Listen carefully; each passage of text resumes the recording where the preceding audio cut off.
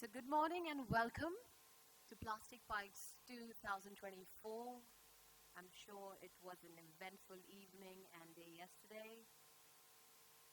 We're moving into day 2 of our business session. And moving forward, it's time for the second keynote session. And to moderate this session, I would like to invite on stage Mr. Haresh Pillai, President-elect SPE India. We can at least start the morning with a clap. He needs no introduction.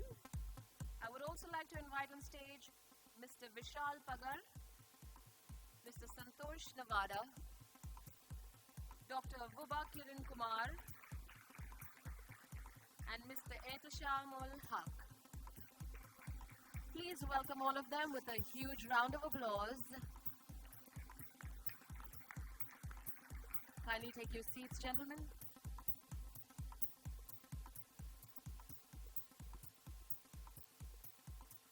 I would like to hand over the mic to Haresh.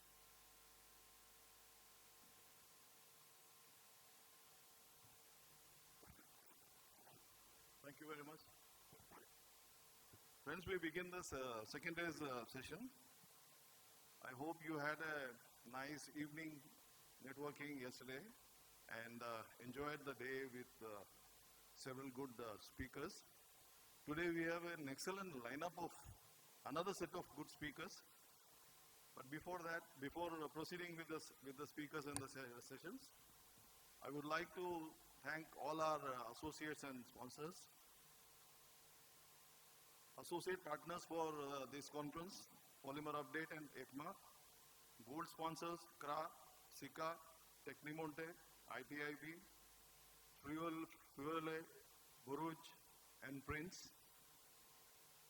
Lanyard and Delegate Kits, Polyraj Pipes. Silver Partners, Berloker, Tyson, Prasad. Media Partners, Argus, and supported by EPMA, OPPI, IPF, Plus India Foundation, PMMI, IPI, and CPET. So now, I proceed with the day's session. The first speaker of the day is Mr. Vishal Pagar from Prince Pipes. He will be talking about sustainable solutions with DWC and PVC pipes. Vishal Pagar, a BTech graduate from Mumbai University, brings with him an extensive background with over 15 years of experience in the piping segment.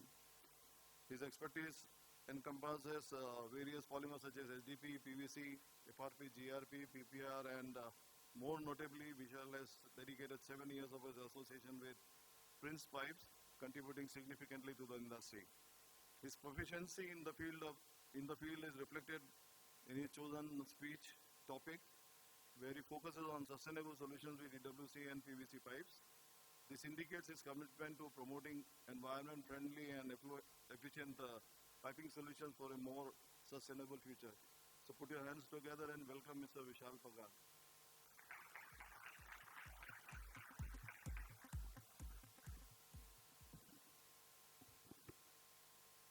Good morning, everyone. Thank you, Harish, for the warm welcome. Today, my topic is sustainable solution with DWC pipes and PVC pipes. What is sustainability? Sustainability is basically depend on 3 pillars. One is the social, economic, and environmental, which guarantee that our present action will adversely impact on the being of the people, planet, and the resources of over the long term. The key element for the environmental solution, sustainable environmental solution, that's the conservation of resources, biodiversity conservation, pollution prevention, renewable energy, responsible land use, and social equity.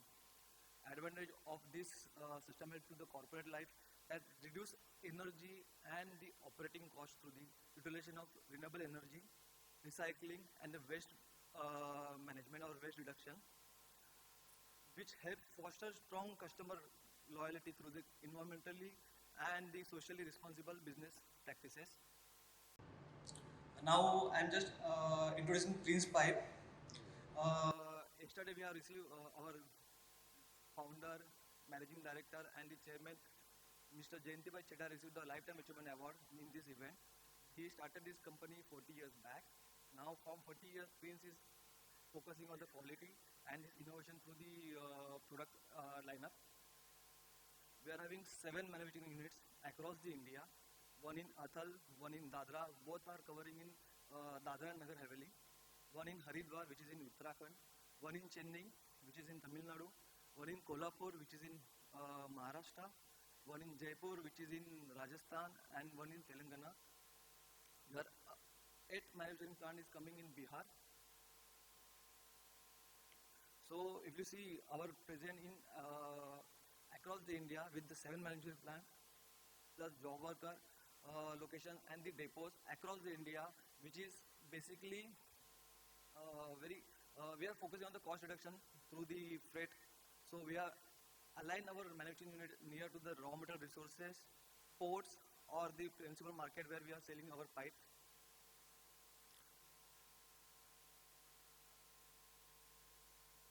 So Prince Pipe is having more than 7,500 SKUs.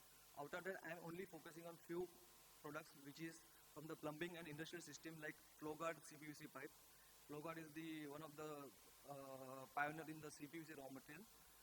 We are using FlowGuard. FlowGuard licenses raw material. So CPVC for the hot and cold application. Green fit for the hot and cold application, that is the PPR piping. Easy fit, 1 feet, easy fit for the industrial application. Few products for the sewerage and underground application like silent fit and ultra fit for the plumbing application. Foam fit, drain fit and core fit, which is the UPVC, foam UPVC and the double wall corrugated HDPE pipe for the sewerage and underground application. We are also focusing few products like the agriculture and water storage, aqua fit, which is agri pipe, safe fit, which is a casing pipe, PE fit, which is the HDPE pipe for the water supply, store fit for the water storage tank basically, and then fit pipe.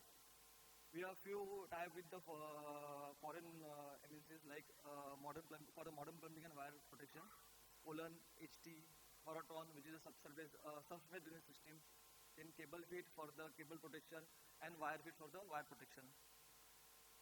So I'm just moving towards our main topic, plastic piping system, a sustainable choice or not? Yes, it is a sustainable choice. Plastic piping system are sustainable and environmentally responsible choice. Why? One is the low carbon footprint. Second is the light in weight as compared to any other piping solution. Fuel efficient shipping. Then save inert raw material. Long service life. Like PE and the PVC is having more than 50 years long life. Recyclable, which is the more important point here. And all these features make plastic polyethylene or the PVC sustainable choice for the environment. Now I am introducing DWC pipe, which is the double wall corrugated HDPE pipe, which is manufactured from the polyethylene material HDPE P100 material, which is the directly competitive replacement to the RCC pipe. It is very light in weight as compared to RCC pipe. It is coming in a long length, which is 6 meter as compared to the RCC pipe. It is a corrosion and abrasion resistant pipe. Basically, it is a gravity flow, non-pressure gravity flow application for sewerage and the underground stormwater system. This is having from 100 mm to 1000 mm sizes. We are situated such a like we are having 5 units which covering DWC pipe. Feature of DWC pipe. First, this is easy to handle because of its lightweight. Is a long life, more than 50 years. Is a flexible as compared to the RCC pipe. RCC is rigid pipe. Long pipes, minimum joints, then corrosion and abrasion resistant. We can add anti-rodent material in these pipes also, so it will be good for the anti-rodent application. Environment friendly because it is made from the P100 material, so it can be recyclable. Now I am introducing one more product, which is the TerraFit, which is the subsurface drainage system. PVC, the TerraFit is the manufacturer of the PVC raw material. It is the single wall corrugated PVC pipe with the perforation, which is also coming with the fiber, polyester fiber, which is a 250 GSM. which use for the collect the water and act as a filter. We are having two sizes currently, 80 mm and 100 mm. We are soon coming with the 160 mm sizes. All fittings and everything is available in this, and this is coming in a coil form. Features of TerraFit: flexible and reboost. Then it is coming in a coil form, so less joints. Is coming with the filter, which is the prevent the choking, maintain water table and enhance soil aeration, and prevent waterlogging for this. Ample of water inlet area is there. High quality joints and resistant abrasion corrosion resistant. We are working with the Haryana government, Agriculture and Welfare Department for 10 lakh acres of land which is already saline agricultural land. We have to remove excess water from this land. So we are very closely working with the Haryana government. They have issued EOI few days back to mini, it is open. Now we are participating in Haryana to take forward this to saline waterlog application. Sustainable solutions with DWC and PVC pipe. Yes, it is a sustainable solution with DWC and PVC pipe. One, CO2 footprint from the production is smaller than other pipes. Less energy for manufacturing as compared to other metal pipes or the RCC pipes.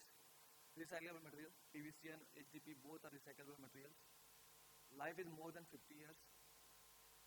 Corrosion and abrasion resistance, light in weight and easy to handle. So PVC and HDP or DWC pipe is basically sustainable solution for the future. Here are the few trusted clients in East area. We are coming in a Bihar plant, that's why I'm showing this slide. And these are the few major clients from the all government which we are supplying, like Delhi Jal Board, UP Jal Nigam, GSPVR, NHI, Maharashtra Jal Pradhikaran, BWSSB, L&T and all.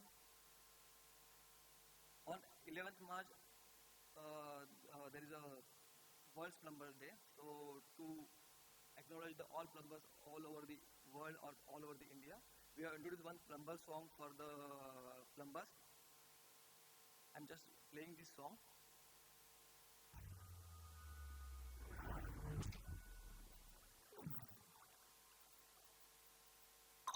जानी पानी जब leak होता है तो देश को बड़ा महंगा पड़ जाता है। अपना सिर्फ एक तय मकसद है।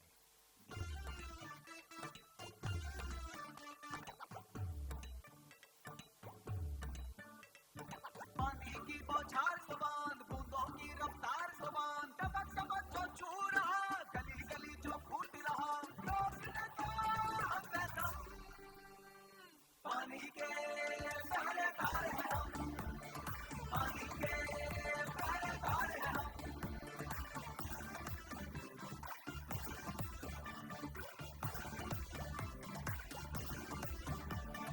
पाइप का रोशन कहाँ है फूटा, कपड़े लगते भीगा है जूता, इससे पहले पानी लीटर में बहता, कंट्रोल करने पहुँचते हम। पानी के पहरेदार हैं हम, पानी के पहरेदार हैं हम। पानी पानी के पहरेदार, पानी पानी के पहरेदार, पानी पानी के पहरेदार, पानी पानी के पहरेदार। सबको एक बात बताएं कि कौन सी क्वालिटी का पाइप लगाएं, तो से हम सब खबर रखते हैं। प्रिंस पाइप की क्वालिटी हटके है, यानी राजकुमार हैं हम और इस प्रिंस में दम। अच्छा है, बहुत अच्छा है। Bathroom fittings, plumbing, drainage, waste water storage, Prince का दिया सब कुछ है। टेम्परेचर कंट्रोल में रखता, फैक्ट्री खेत हॉस्पिटल में रखता, ड्यूरेबल लीक प्रूफ है, फिटिंग भी इसकी मजबूत है। चल सब साथ क्वालिटी कमाल, पाइप स्वेटर की सब पे मिसाल, मार्केट प्लेस का मजा है धमाल, मार्केट प्लेस का मजा है धमाल। क्या बोलते भाई लोग? पानी के पहरेदार हैं हम, पानी के पहरेदार हैं हम। पानी पानी के पहरेदार, पानी पानी के पहरेदार, पानी के पहरेदार हैं हम, पानी के पहरेदार हैं हम। questions I can't avoid.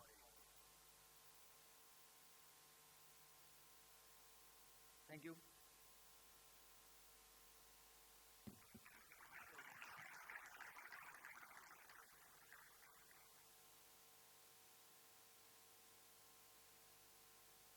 That's excellent, very short and sweet presentation.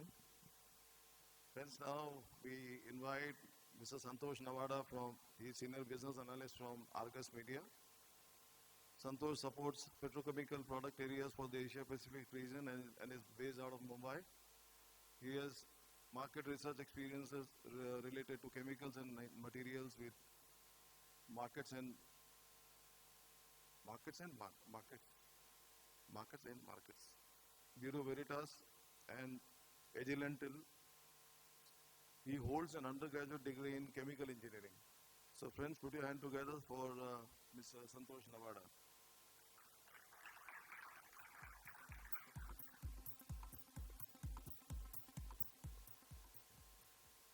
Thank you, Mr. Pillai, for that warm introduction.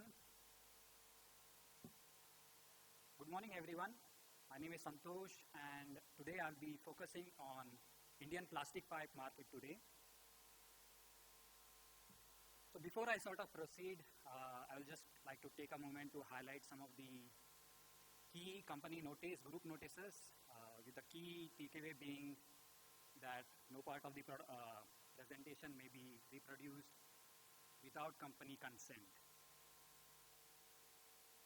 So in this talk, I'll be talking about the overview of plastic sector itself, HDPE film PVC price trends, followed by the import trends for HDPE, PVC, opportunities for demand growth for pipe, challenges for exporters to India, followed by concluding thoughts. So Argus as a company is a leading provider of market intelligence to the global energy and commodity markets. The company offers price assessments, news, analytics, consulting services, data science services to a whole host of different companies. Founded in 1970, the company remains a privately held UK registered company, and it's owned by employee shareholders, Global Growth, equity firm General Atlantic, the specialist software and technological service investor.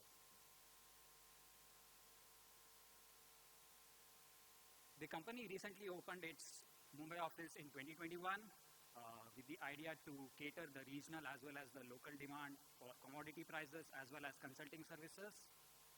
The personnel strength has actually grown from 5 to 67 in span of just 2 years, with key functions such as consulting, editorial, data science, sales, and marketing. So let's start with the overview.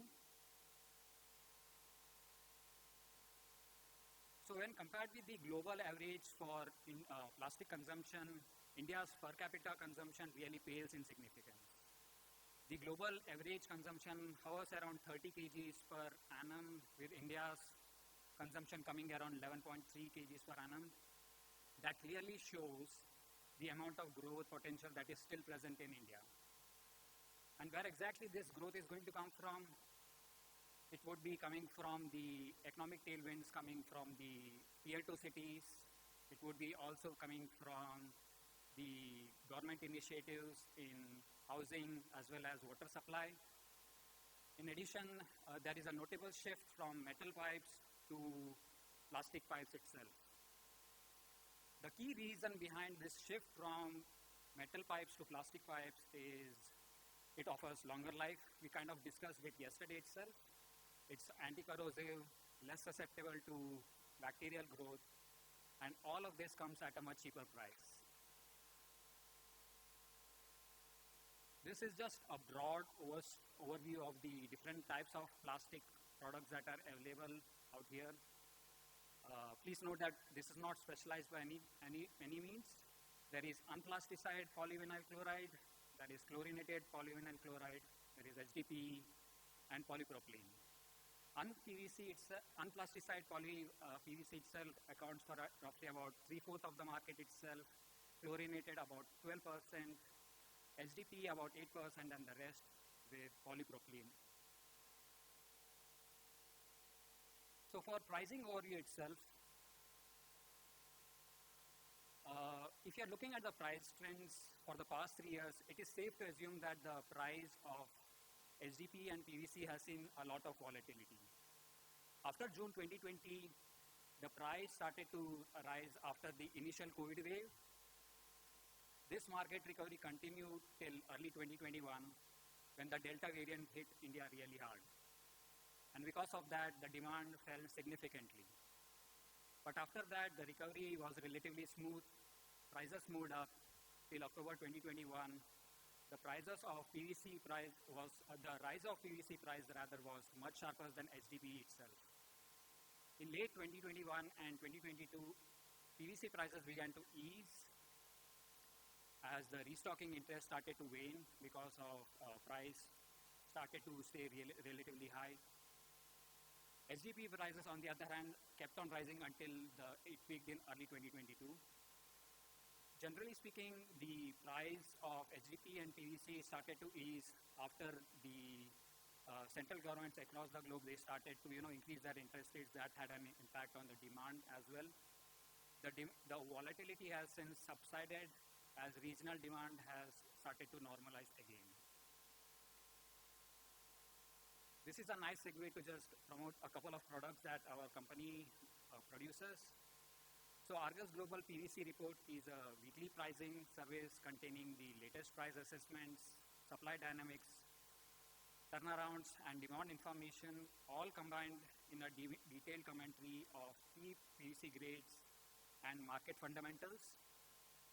This service really provides integrated view by drawing insights all from across the different sectors of Argus itself, including the interconnected data sets of crude, naphtha, ethylene, EDC, and chloralkali. Additionally, when it comes to polyethylene services, this is a monthly outlook and which offers a comprehensive global view of the industry, including regional dynamics, feedstock insights, all in a single report. The subscribers also get a 24-month rolling price forecast and forward-looking analysis of global polyethylene supply and demand, trade flows, as well as market dynamics. This is just a snapshot of the polyethylene workspace. The subscribers get access to this as well. It contains the latest news, prices, all in one single location. We have a similar workspace for PVC, and that is really helpful for the industry participants to a great extent. When it comes to import trends,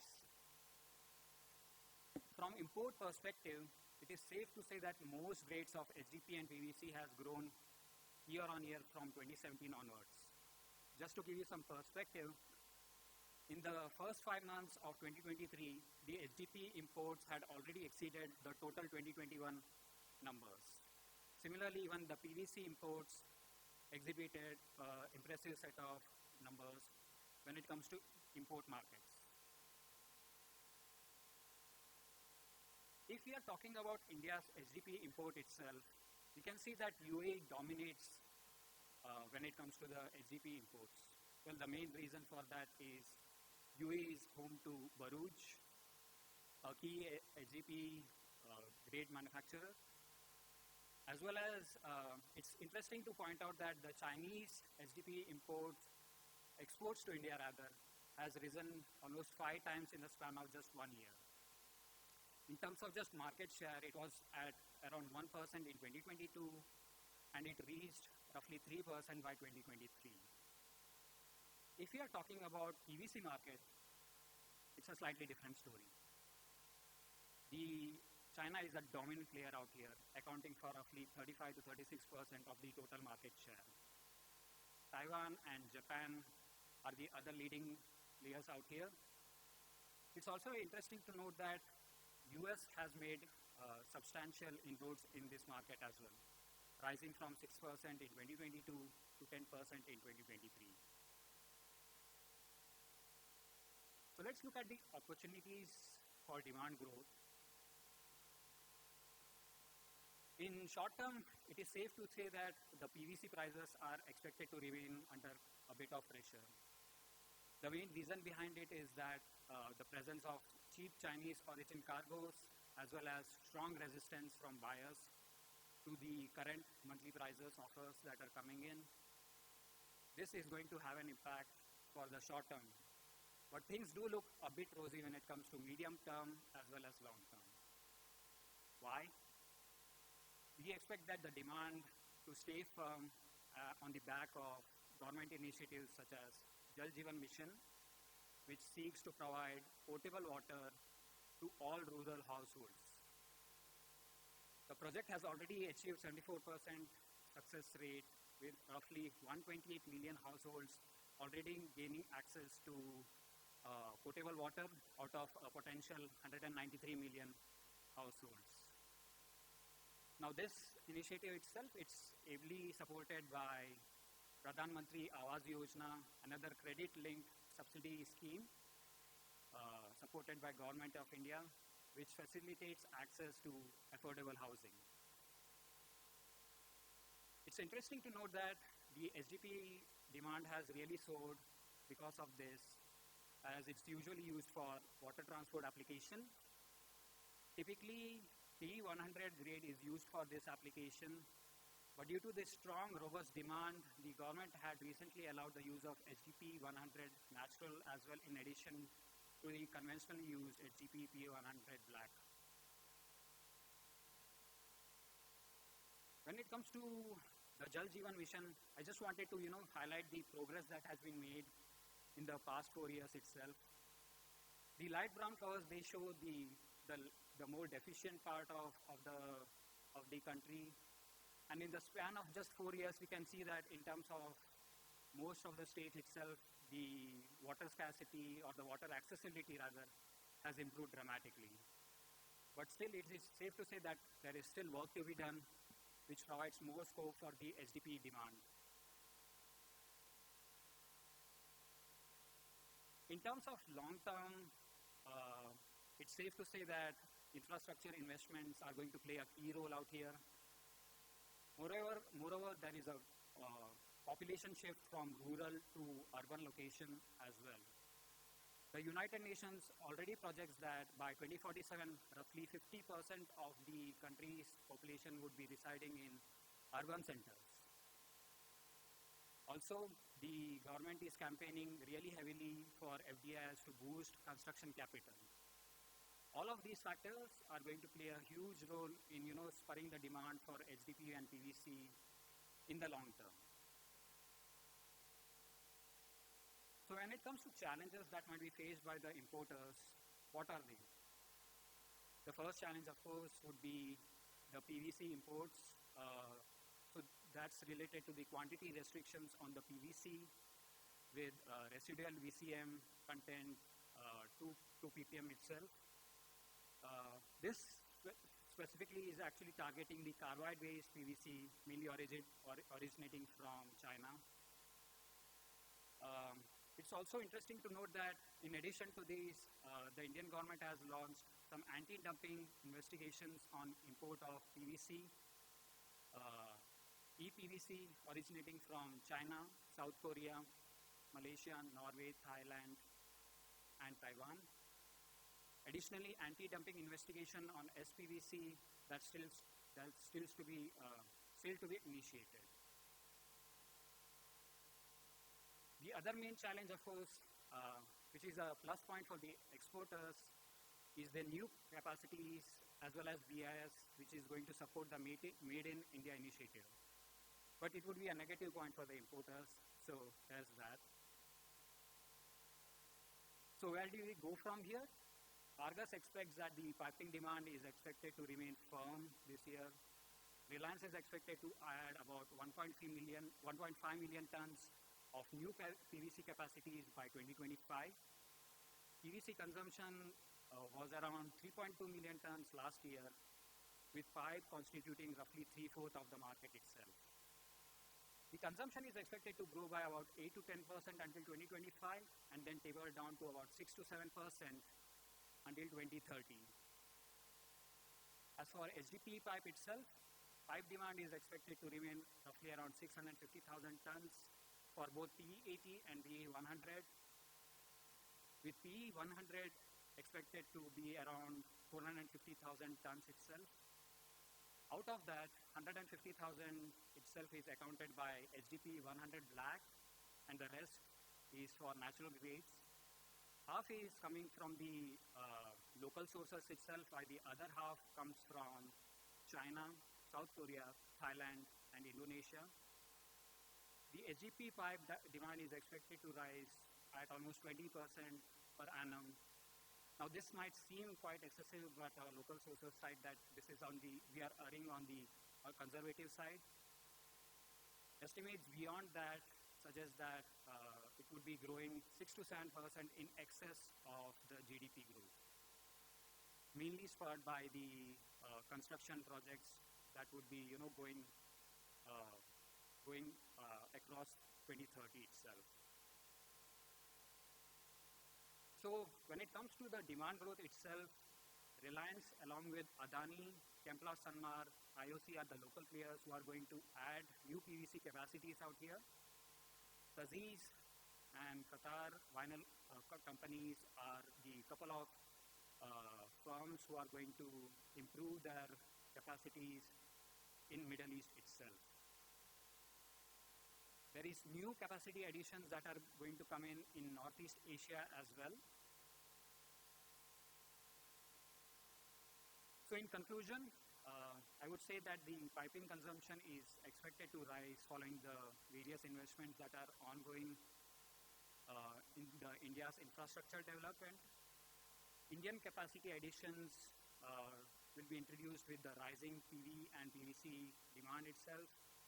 But the country is expected to still rely on imports, as consumption is expected to outpace the local supply. When it comes to barriers to entry itself, there is BIS on PE and PVC, along with PVC quantity restrictions, which could be a significant hurdle for the import markets. So thank you for your time, and I wish you a good day. Thank you.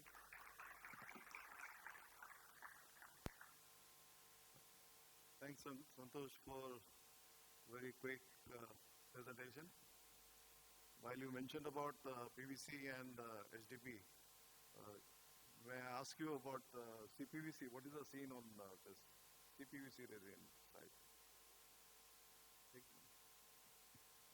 So yes, chlorinated PVC, at the moment it's around 12% of the market itself, and it's considered to be a bit more specialized, right? So I expect that the growth would come in as the per capita, consumption of CPVC for different applications start to, take fruition in the next few years. So what would be the current tonnage in terms of consumption? So it would be roughly about 10% of the total market itself. So roughly speaking, the consumption for the whole PVC is around 3.2 million. So it would be about 10% of that. 10%. Yeah, 10 to 12%. And when you say HDP growing at 20%, right?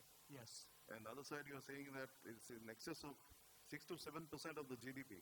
So even if the GDP is 7%, growing at 7%, so it should be something around 13 or 40%. Yes, exactly. So if the GDP is growing around 6% or 7%, it would be around 13 to 14%.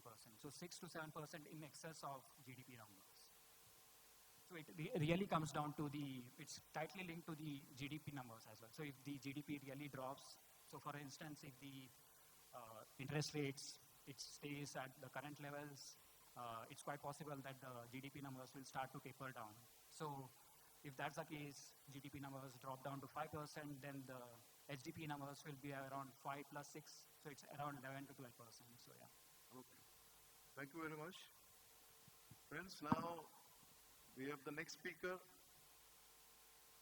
Dr. Bhuba Kiran Kumar from SPET. He is going to talk on SPET and pipe industry, a perspective. You all know that SPET and the industry has to work hand in glove with each other. So he's going to highlight his concerns or issues and priorities. Dr. Kiran Kumar is currently working as a Chief Manager, Technical in CPET, CSTS, Hyderabad. He has done his MTech and PhD from Osmania University, College of Technology, Hyderabad. He is associated with CPET for the past 32 years and has been trained in QMS and internal audit as per ISO 17025, trained in NSBCB as per ISO 17020, QMS and internal audit as per ISO 9000, led assessor as per ISO 9000. He has a patent to his name entitled Wood Plastic Composite and Methods of Manufacturing the Same. He has presented over 40 papers in the national and international forums and on recycling and waste management, nanomaterials and advanced techniques of plastic testing and quality control. Dr. Kiran Kumar has been awarded with Best Paper Presentation on Thermal and Fire Properties of Polypropylene Copolymer based nanocomposite in presence of carbon nanotube at the 3rd International Conference on Chemical, Bio, Environmental Engineering, NIT Jalandhar. Dr. Kiran Kumar has been awarded with Best Paper Presentation on Emerging and Adaptable Technologies in Process Industries, organized by Research Development and Innovation Cell, University College of Technology, Osmania University. He has also been awarded with Best Paper Presentation on Polypropylene Copolymer PPCP based composites with improved properties in presence of MWCNT and MAGPP pillars at 2nd Global Conference on Recent Advances in Sustainable Materials at Mangalore in 2022.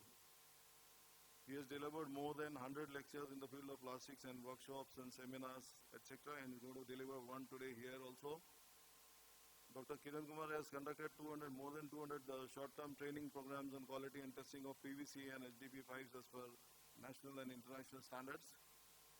He has conducted various pre-delivery inspections, post-delivery inspections, and arranging witness tests for pipe industries for the various government departments. He is a consultant in the industry, in the pipe industry, for setting up their laboratories in particular, as also helping them with PVC formulations.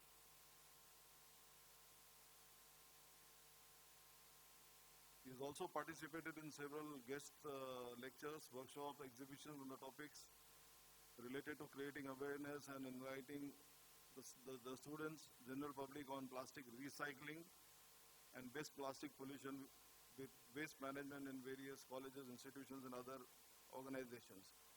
He is a member of the Telangana and AP Plastic Manufacturing Association, FIAAP, CIA, not the CIA which you think, IICHE and BIS Standards Formulation Committee. He is an active Lion member from Hyderabad Golden Jubilee Club. He has visited various countries overseas, in the Middle East, in Europe, Far East, etc. So here is Dr. Uba Kiran Kumar from CPET talking on CPET and pipe industry perspective.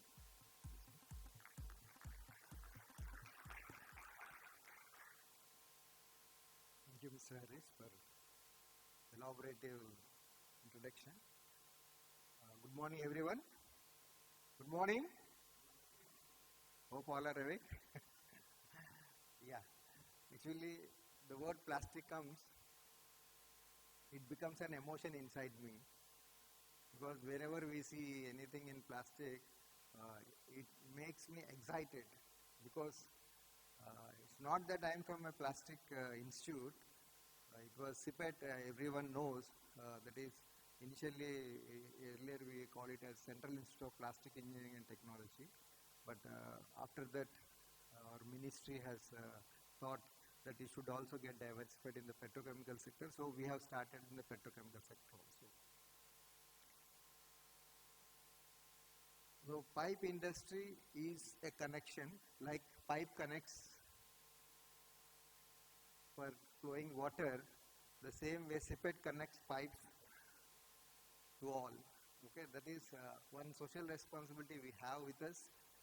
The pipe industry, which is the topmost industry in the plastic industry, we consider in our country. And I don't know about the international sector, but in India, we feel the pipe is the backbone for the plastic industry, because without pipe, I think nothing can happen anywhere, everywhere. Our institute started in 1968 with the aid of UNDP, and our main objective is to train the manpower, the technical manpower suitable for the industry, particularly for the plastics and allied industries. And it is one of the premier institute in the government sector. We give for the higher end technical education, and we have spread all over India, around 45 places. We run with a concept called as a STAR concept, that is skilling, technology, academics and research. So these four divisions under one roof, we say. And we also say, a lot of people, that SPET means it is a one-stop shop for plastics, where you get all these things at one place. So we have at various locations. This is our India presence, you can see. We have high learning centers, we have R&D wings, we have technical centers, we have VTCs, vocational training centers, then we have PDAs, we have others. And the main objective of our institute is to become close with the industry. Basically, that was our objective, and to create innovative solutions so that they can be resource efficient, and by which the manufacturer can market their products very easily. And this is how we are with the pipe industry, because there is, all the cartels for the metal industry, metal pipe industry, how they fight with us. And even the tender is published on plastic. The next day, again, you see the corrigendum in the tender, it is changed to metal. And again, we enter and we try to fight from the industry side. So this is how we try to be close with the industry. One example I'll give, I think Harish also knows about this, and Ramesh and all, we have been working on this. There is, in Orissa, when we are working, whenever tender used to come on plastic, all used to come from all the places. By the time everyone reaches, they used to put a one, tender cancelled. Tender is cancelled. Why? Because the metal industry was forcing the ministers so that they cancel it. One tender we have seen, it has been postponed 12 times, but we were also so stubborn with the government, and we brought that, and we have seen that it has come to the plastics. That was the first winning. I was talking for the year 1992. So from there is no seeing back of the plastic pipe in this industry, because whenever we go, they show the old documents. Somewhere in Andhra Pradesh, pipe is banned. It happened sometime in 1988. Plastic pipes were banned in the government, but we took around 4 to 5 years to get back. So our main objective is to cater trained manpower to the requirement of plastics and industries, because no SPET, no industry, no industry, no SPET. So we have to win-win situation for both. And a lot of technical consultancies we give to the small, medium scale plastic industries, and we also foster the growth for the entrepreneurship development. In a nutshell, you can see our activities. One is skill training, then research, technology support, consultancy services, and academics. And in academics, we have long-term programs, entrepreneurship development programs, sponsored programs, industry-specific programs, in-plant trainings. Then in the long-term courses, we have courses from 2 years, 1.5 years, and 3 years. This postgraduate diploma in plastics and processing testing. And this course is one of the backbone to the pipe industry. These are the graduates who does a lot of work in the industry. Then plastic mold technology, this is mostly for the injection and die making, this course. Then plastic diploma in mold design technology, that is for the designing. Then we have in the production, we have DPT, that is diploma in plastics technology. So these two diplomas are after 10th class, and PGD PPT, which is 2 years on the top, it is after BSc, any BSc, and post-diploma is after any diploma. We also have high learning programs at different places. BTech in plastic engineering, manufacturing engineering, then we also have MSc Biopolymer Science and Technology, MSc Polymer Science, MTech in Plastics, MTech in Polymer Nanotechnology, ME CAD-CAM, then also we offer PhD for Polymer Science, Material Science Technology.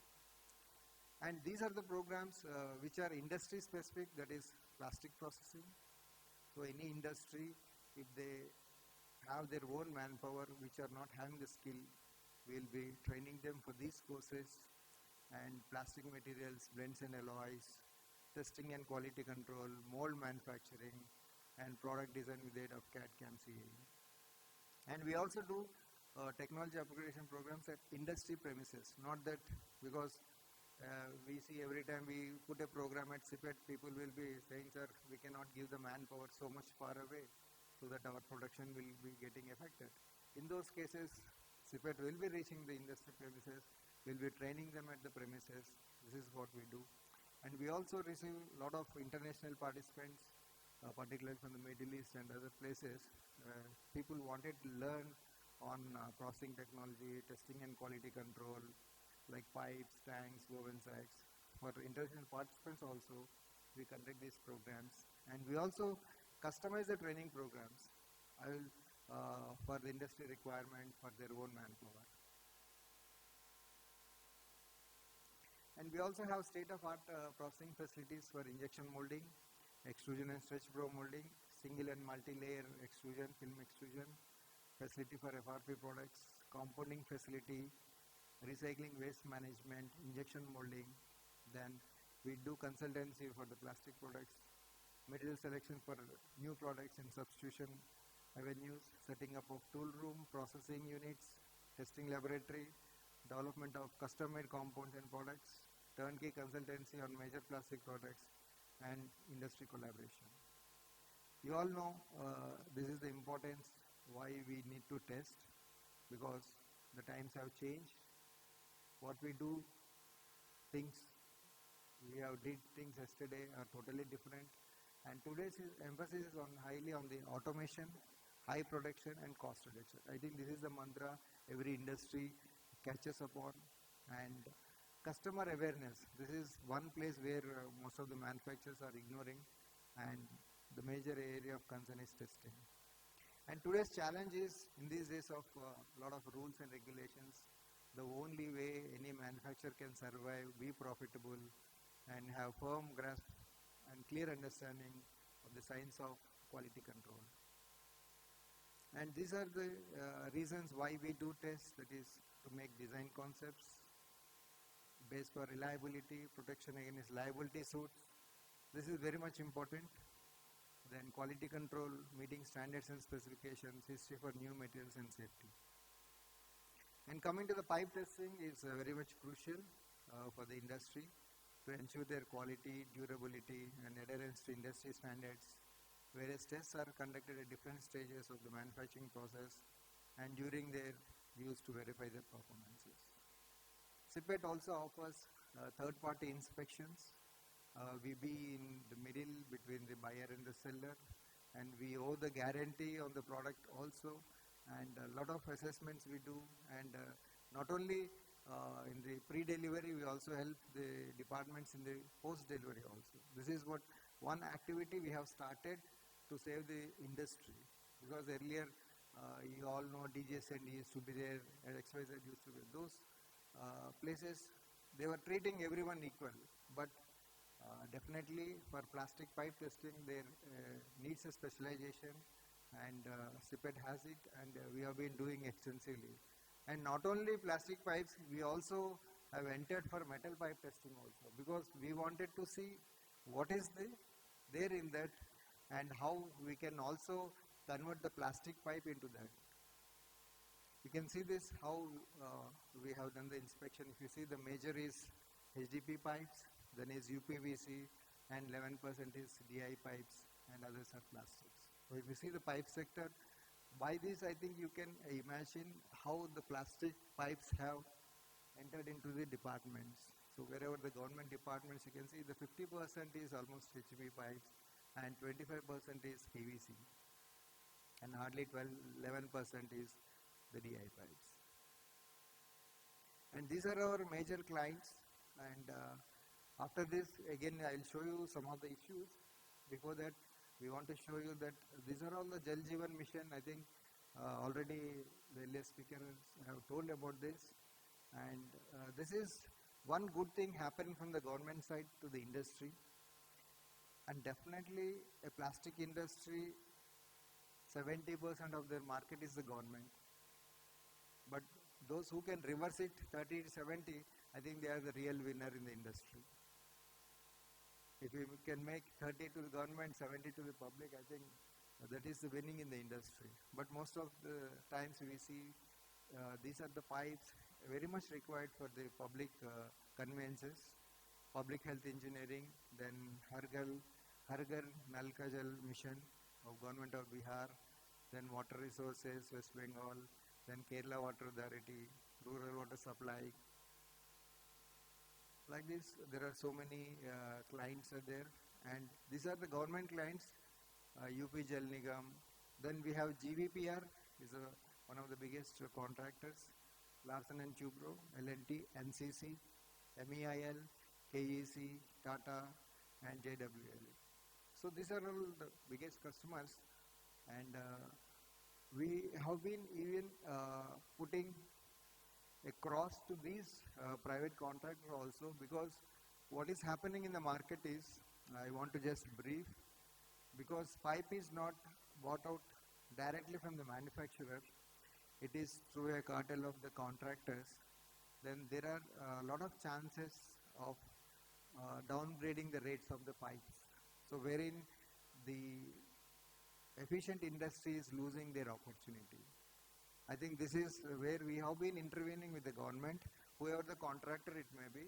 I think the order has to be placed directly to the manufacturer, because then only the manufacturer will owe the responsibility. Because now industry sells the pipe to a contractor, and definitely if anything happens, the contractor will be blacklisted. But the blame is coming to the plastic pipe, because on the pipe we write greatly our name, so and so company, but finally in the papers no contractor will be seen, but only the pipe company is seen. Okay. So this is the inspection on site we do, post delivery with the consignee, and following the QAPs by the government departments. Then joint inspection also we do with the government officials. I think everyone knows this. Verification of test results, validity of the BIs. Even we want to say proudly, even during the COVID also, SPED has been doing the physical inspections at all the factories. This is how, means it is our commitment to the industry. During COVID also our inspectors were going in this way and doing the inspection. This is something we received an award from the Prime Minister also for doing this activity.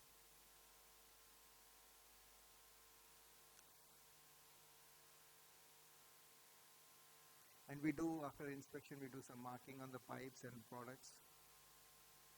Then when we are doing all these things, again we find, although we have been, yesterday I was very much excited with all the technologies which we are seeing, and we have seen the Prasad and so many, and thanks to KRA, Alexander, if he is there, we thank him, because the KRA technology, which I was dreaming that someone should start in India, the best technology we have seen for the larger diameters.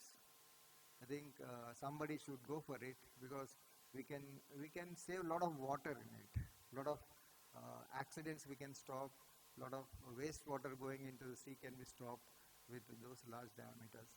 So HDP pipes, everyone knows the advantages, but the smallest welding will spoil everything. 99% pipes are good, 1% may be the problem, but the whole issue comes like this. You all know that we have a milk, but one drop of some tamarind comes, then the whole milk is spoiled. It is happening in the HDP industry this way. Everyone is doing well, but some manufacturer at some point spoils our activity. Again we have to start from the beginning, because with the government, again you say, I'll just show you some examples. We don't say who is what. You see, this is a welding done by a manufacturer, and if this type of welding is done in the pipe which joins, I think definitely there will be a problem. And you can see these days also, these are the things I am not talking of 20 years back, but these are just recently in the Jal Jeevan mission, these are the problems we have found. The government has already told us, you have to check up the lines which are already laid. You can see in this age, okay, we are in 2024 also, you can see this type of weldings happening at this place. I think definitely it is a concern I want to bring to you all at this August conference of plastic pipes. Let us educate, and we have to, it is our duty also to see that the best fittings are made. And you can see the machine products, already cracks are there, still they are using it. And these are the pipes which have been failing in the field. Welding is not taking up place, and you can see the failure, how it is happening. So my lab says, sir, I think aborted pipe, they are telling. My lab people just, they say, sir, this is something like aborted pipe. I don't know what is that aborted pipe. Means it cannot be used. Means it is not going to. You can see these are the failures which we are seeing from the Jal Jeevan mission. These are all the recent things which I am showing you, because government now they are reviewing the projects, how they are doing. Even we are checking the lines which are also dig. You can see various type of problems we are seeing, and these are all witnessed by the government departments. This is one danger, because when a government department witnesses these type of failures, so already they will be eating their ears, because there is something in this. And they also say, see, already plastic pipes we are telling from so many days, if some water goes inside, again cancer will come. All these things we have to hear. So why we should give a chance to the departments who are purchasing it and who have a lot of faith on us? Because the brands which we have in our country, which are most popular brands, and I don't think because of that, these small things we should face the problem. You can see this type of swellings are happening.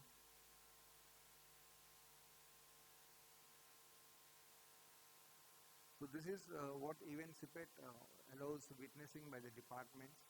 Okay, so a lot of people, they come and witness our tests, and they verify the entire process, how we are doing the test, okay, and how we can do. See, definitely SPET helps the industry, but not at these cases, because here we have to accept our mistake is there, we have to accept. Definitely, see, when we ask the industry, they say, sir, mixing mein problem ho gaya, some problem has done at the mixing stage. Somebody will say heater has gone, the operator has run. So these type of small issues which are there 20 years back, still we are complaining that, and we are coming out of the issues. That is not the solution.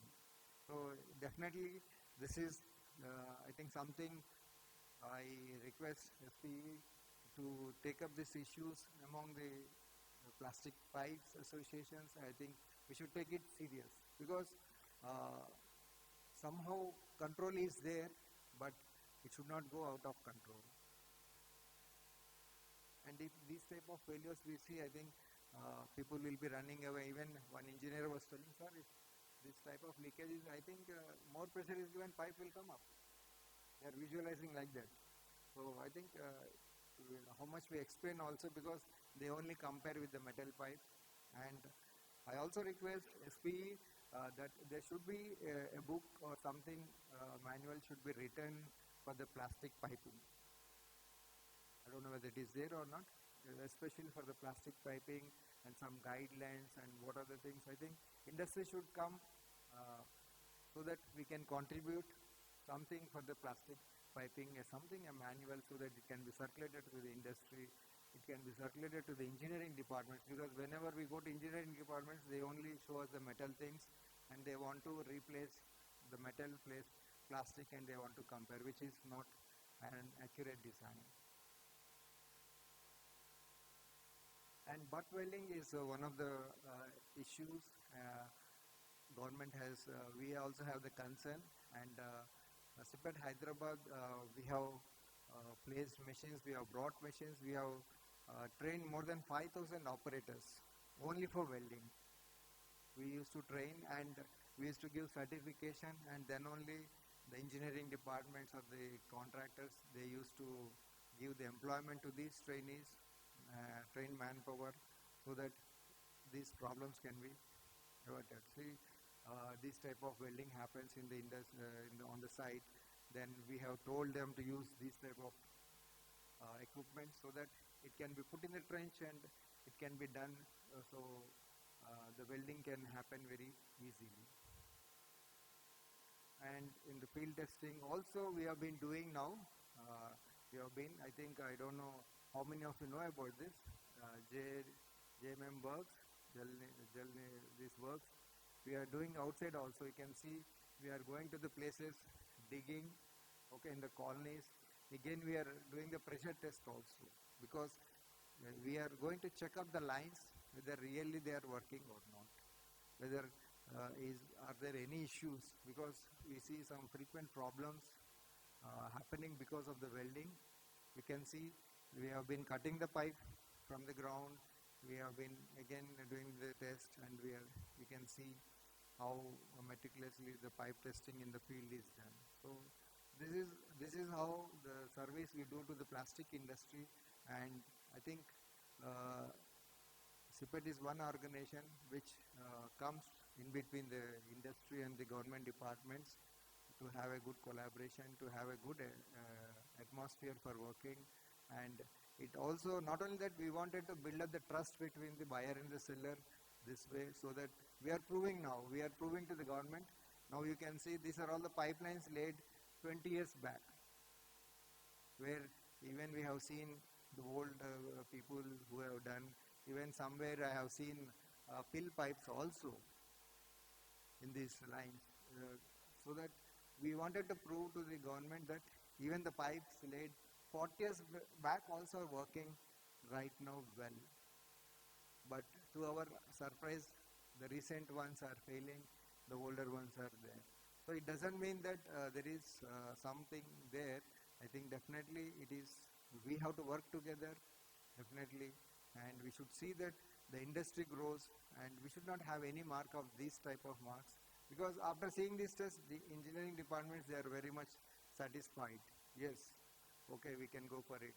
So like that, it is happening. But other side, we also get other stories. What we say is, sir, accidents happens, so it is an accident. We just tell them it is an accident, but we know what is the real accident. You know, and I know why this accident is happening, and it is a warning for us, for all the industry people, because those days are gone. Because earlier days, accident has to be reported, it will take so much time. But today, just in a few seconds of, it comes to the social media, then you have to work, we have to run. So this is what we will be wasting our time. We will be wasting our time, which we have to use in the productive side, and the development activity will be coming to a stop. So let us give the good pipe to the industry, and let us, everyone has to make money, definitely, but not in this way. I also know tenders will be there, but it should be with some ethics. Not that the raw material rate is 100 and the tender rate is somewhere 70 rupees. I think this is not correct. Okay, we should have some ethics even in the tendering, because when the raw material is of cost, then whatever we discussed yesterday, I was very much impressed with the Boruj presentation, how the material, how the modulus and all. When we are seeing the materials of this kind, and definitely we should not see a pipe of this kind. It should happen in our industry, okay. And because it pains us, because we put a lot of time in investing and educating the people, and when we see these problems, definitely it pains us. Okay, because not only that, even for the repair work, the maintenance work is very much huge. Yesterday we have seen the Mahanagar Gas Nigam, what are his problems he was telling. But if you imagine, if a pipeline fails, so much activity we have to do, which will be more costlier than the fresh pipe, because the digging, again laying, definitely contractor has to do, again the manufacturer has to replace. I think in my surveys I have seen lakhs of kilometers being rejected, lakhs of kilometers being replaced. But it won't give us. But only thing is gives happiness is at least we have saved water. A lot of water is saved. If pipeline doesn't work properly, then water is wasted, because everyone knows water is a scarcity after some time. Already we started using bottled water, and definitely after some time we may have to get a ration card to get water also. That may be possible. So let us do something good to this society, and our future plan is expanding our services for the cables, and to expand in petrochemicals product line and online verification. So these are the things we have in mind. So my humble request to this August presence is, let us get good money, let us give the quality pipes, and let us use good materials also. That is the reason why BI has also put an embargo on the resins which are coming from outside, and everything. I think a lot of people have compiled to it, not only our Indian manufacturers, even the foreign manufacturers also are taking the BIS license, so which ensures that the raw material, incoming raw material is perfect. So no need to have any hesitation on the material, but again finally we have to see the final product comes in a good shape. Okay, with this I thank SPE for giving me this opportunity, particularly Ramesh and Harish and my special thanks to Nikhade, Shant, who pulled me up here, because today we have a conference here, but still he made me to come here. Thank you very much.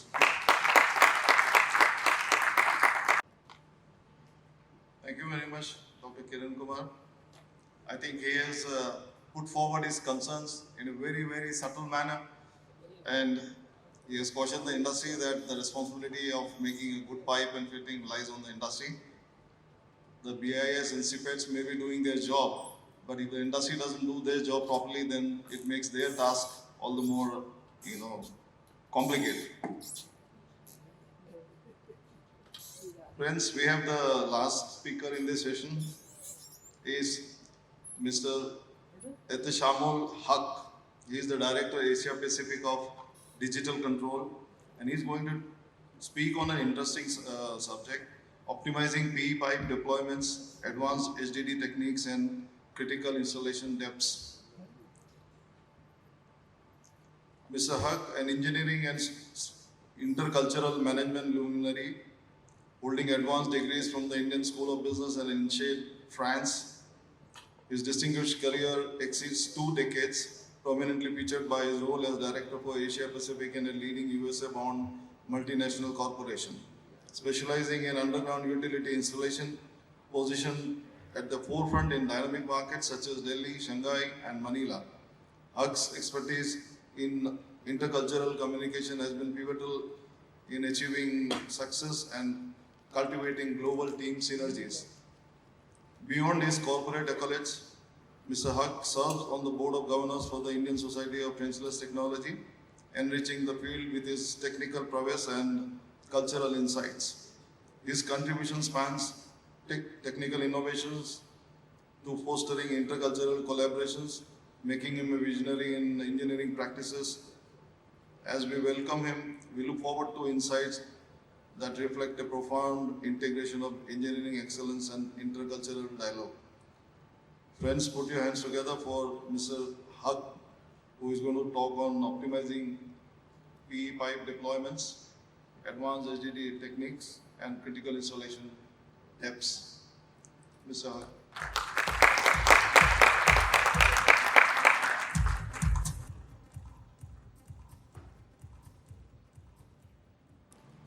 Good morning. First of all, I'd like to thank the organizers to invite me here. This is my first time at the PE Pipe conference. Although my first brush with the PE Pipe installations in India started way back in 2006 when we convinced, together with the contractor and the PE pipe manufacturer at that time, that sewage can be used, gravity sewage can be made with the HDPE pipe.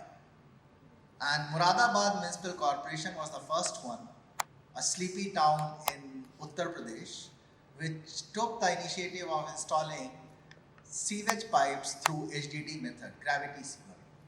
And that's where we started. Then we worked with the Calcutta Municipal Corporation and then with Goa. And rest is history. Now we see every municipal corporation going with this for the water and sewer sector. So I just wanted to give you that small history. I'm here to represent Digital Control Incorporated. We are leading manufacturers of horizontal directional drilling, HDD in short, locating systems. We are headquarters in USA with our offices worldwide in 6 countries. Indian subsidiary has started in 2006 and I had the privilege of starting it in India. We develop hardware and software applications related to HDD. Now, as a HDD people, we actually love PE pipes a lot. The reason is that whenever PE pipe is installed with the water and sewage sector, a lot of time HDD is a technology of choice. And the other technologies, for trenchless technologies, actually become too costly for the client organizations. So we always look forward to promoting PE pipes. In fact, nobody here talked about, but one of the main reasons why sewage sector adopted PE pipe is a Hisen-Williams factor, which is quite high compared to the other pipe materials, be it a GRP or a RCC or a metal or anything else. To start with, I will say that a pipe design typically starts with the pressure design. Then it comes to a hydraulic design. Then we talk about burial design in case the pipe is going underground. Then temperature changes come in picture. In case it is being installed by trenchless method, horizontal directional drilling, then bore path has to be designed. And as it is being installed by HDD, the HDD pullback forces have to be designed. The first 3 is typically decided by the utility owner, and I leave it there. I'm not going to touch that, but I just wanted to give a flow of how the design process works. I will be talking about the number 3 and number 5, that is burial design and the HDD bore path. And I have my friend Aro here, who will be discussing in the third session, I think, HDD pullback forces to install the pipes safely. With this, let's look at the first part.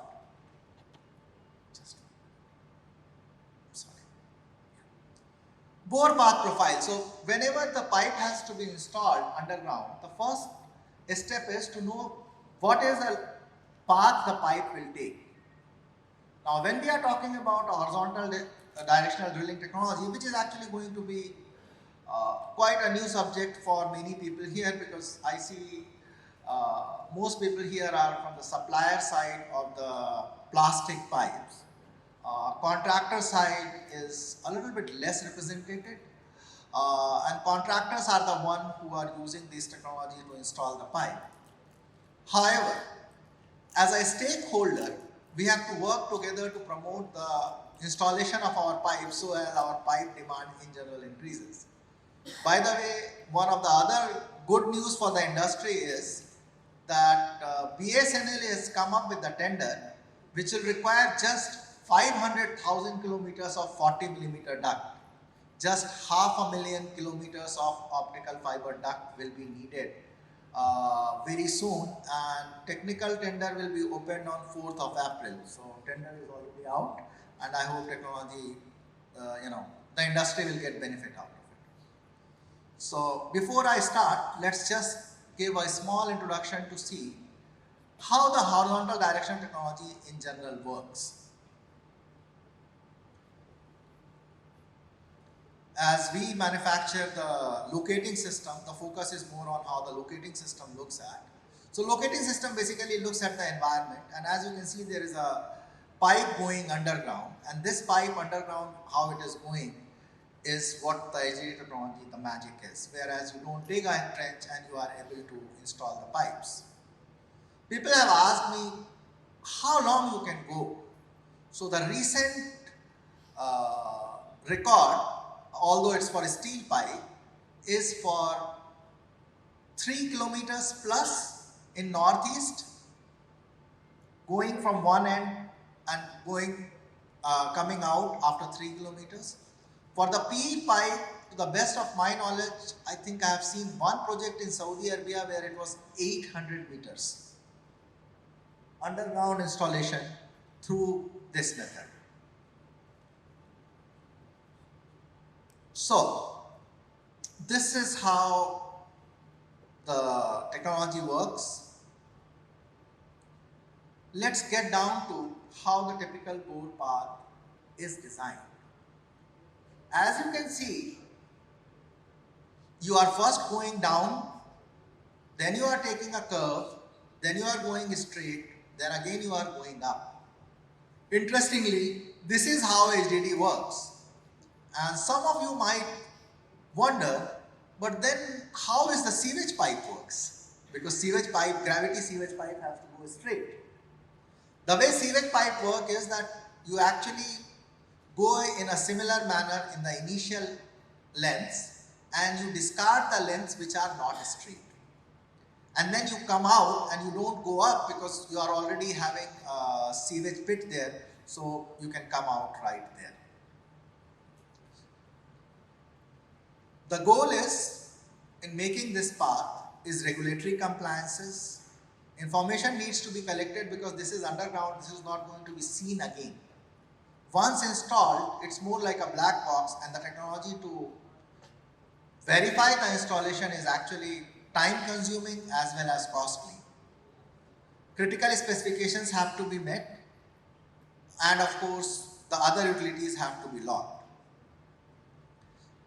Typical steps involved in this is that first you do a GPS survey and the survey of the topography. Now, why you need to do a GPS survey is that ground probing radar, GPS survey is just to know the topography. Along with GPS survey, you actually also do a GPR survey, and the GPR survey is to look at what are the other utilities already present underground, which you have not seen. Then bore path planning, on-site adjustments, and then as-built and topography synchronization.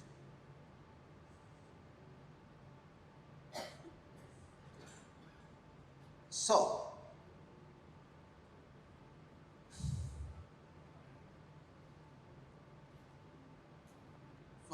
as you can see, you basically look at the surface elevations at different places in a GPS survey to make sure that when you are installing your pipe, you are recording your depths correctly. How the bore part design works is, rather I will say used to work, and in most part of India even today it works in this way, although in a developed world it has changed a little, and we will talk about that in a moment. First you calculate how you are going to bend your pipe. Why you need to calculate how you are going to bend your pipe is because the pipe can only be bent to a certain angle in a length based on the bend radius. Then you decide how much straight you are going down because you have to achieve a depth. As you are calculating these two, you also come to know about the horizontal distances.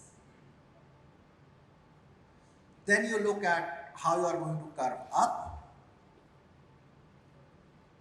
Then you are looking at how you are going to go straight up, and finally you are going to calculate how much is the straight length left. Now this is an iterative process because as you are reaching a depth, sometimes the curve, Curve down has to be adjusted to make sure that your depths are accurate. Sometimes the straight path has to be adjusted sometimes. So this is an iterative process from where you typically do a bore part design, and that is being done for a PE pipe, for a steel pipe, for any pipe being put underground. This is how it's done. Unfortunately, what happens is, this is a typical output, what a person gets out of some of these calculations. And these can be kind of automated in Excel in a way, but mostly these are done in the office environment. And I typically run a day worth of a session just to teach them how to do this effectively. So, what happens is the technology has changed. The whole idea of doing a topographical survey has changed with the advent of digital tools. But even with the digital tools, what is happening is that you are only taking readings at a certain point, even with the total stations. And as you are taking readings on a certain points, what is happening is you are not aware of surface undulations in the middle. To mitigate this, and the fact that whenever you are going to a job site, as we all know in any Indian construction job site, we make our plans and we perfect our plans, we do the site surveys in the beginning. But when we reach to a job site, some new surprise is waiting for us. Always. There is an existing pipeline there, there is an existing fiber there. You know, I can't place my machine here because there is a strong objection. I have to take my machine a little bit back, a little bit forward, and so on and so forth. Now, these site adjustments, once the machine arrives, become very, very costly because now the planning has to be done again. And planning engineer is sitting in the office and has to be provided with all the inputs. And again, this is not a one shot. As you start drilling, you will find new surprises. And as you find surprises, you have to make the adjustments on site. To mitigate this, about 3 years ago, we came up with a new tool. We call it TerraTrack. Now it's running on the version 2, R2, which actually helps us to do the site survey, marks our entry and exit pit, marks the existing utility, tell us how to put machine, where to put machine, and calculate bore path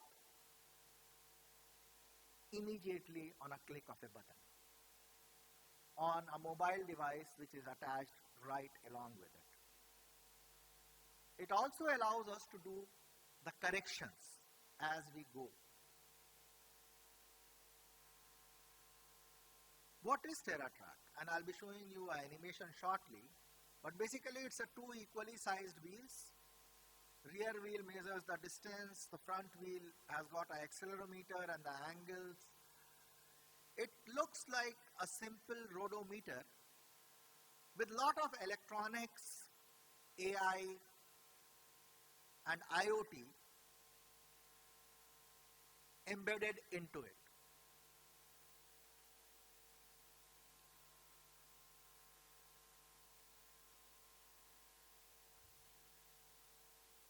So, how we do a terrain mapping is something very, very simple. All we do is, we take it and start walking with it. It works with Android and the Apple devices. It can be a tablet, it can be a phone. And the app is available for free. And all you do is that you walk with this. And as you are walking with this, it actually plots the depths, the surface elevations first, to the accuracy of less than an inch in 100 feet. In the middle, you can also keep logging if there is some specific element you want to log it. As you are seeing, as we are walking with this, it just keeps recording the terrain for us from where the pipe is supposed to go underground. The first part of the process is to make sure that we have surface mapped, terrain mapped, and as we have the terrain mapped, we then define how much deep we want to go at various places. As we define these places, we ask the software to generate a bore path for us, and the software is able to generate rod by rod instructions for the bore path, and this way we can design the bore path. Now, this is one part of my presentation. Then, once the topographical data is collected and plotted, as in an app, what you will see is that as we are walking, it actually keeps track of our speed. If my speed is higher than required, then it will give me a red. Otherwise, it will remain in the green, and the idea is to remain in the green to ensure that accuracy is there. You enter the depths, you enter other details, what is the product diameter, how much clearance you want, and so on and so forth.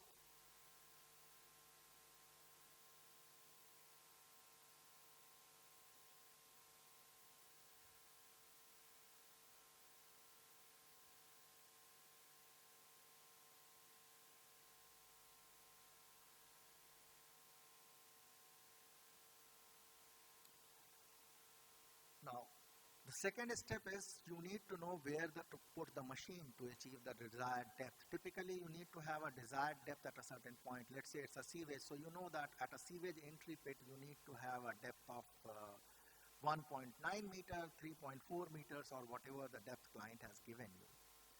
And we also want to be straight by then or at an angle of a sewer.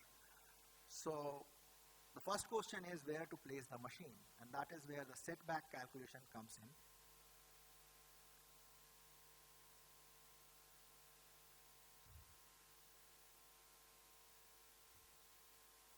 Once again, all you do is you just put the required depths at the angle you are fixing the machine, what is the type of a machine you are using, and then you start walking from the place where you need a depth. And as you are going forward, it shows a red, red, red, red, red. And then, once it is at a sufficient distance where it can safely make that point, it will turn blue. As it turns blue, it says that beyond this point you want to go back, you can go back, but now you will have a safe distance. And it gives you a rod by rod instruction to ensure that you are able to reach there without any problem. Once the topography is done, you need to know the exact path you want to take. And once again, on the same device, you go ahead, put your parameters,